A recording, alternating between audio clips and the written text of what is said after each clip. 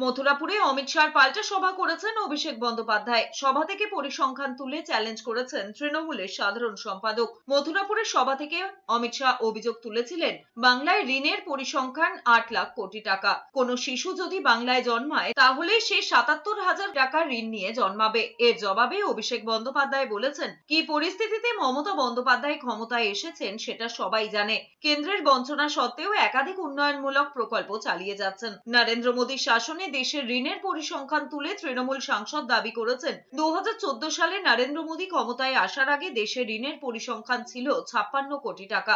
এখন সেটা পৌঁছেছে 197 লাখ কোটি টাকা। একটা শিশু দেশে জন্মালে তার মাথায় ঋণের বোঝা চাপবে 1,44,000 টাকা। কেন্দ্র সরকার, নরেন্দ্র মোদী সরকার 2014 সালে ক্ষমতায় আসার আগে দেশের ঋণের পরিসংখ্যান ছিল 56 লক্ষ কোটি টাকা।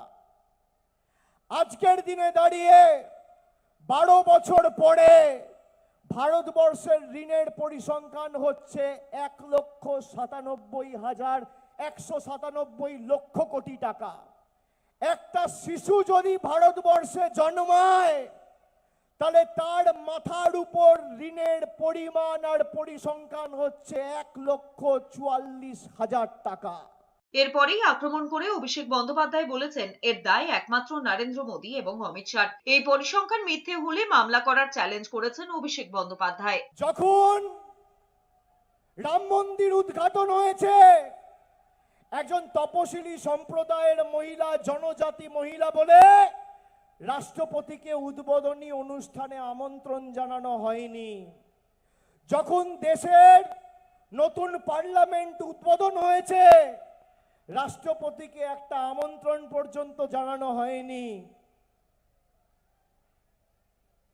এগুলো মানুষ ভুলে গেছে।